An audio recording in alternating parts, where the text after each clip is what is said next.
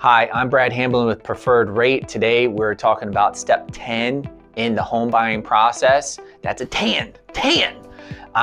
So step 10 of the home buying process is the actual initial closing disclosure. This is where we send out the initial closing disclosure that goes with your loan.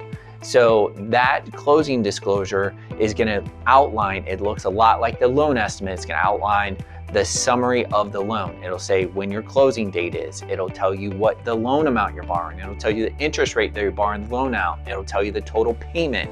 It'll give you a cash approximation of what you need at closing.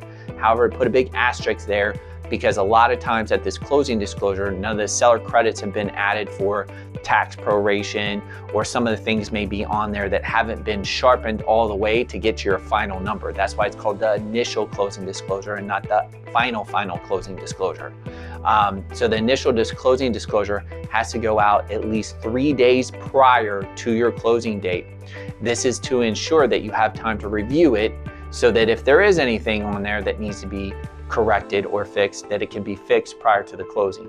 So this is step 10 of the home buying process. The initial closing disclosure has to be signed 3 days before closing. If you have any questions about it, feel free to reach out to me below.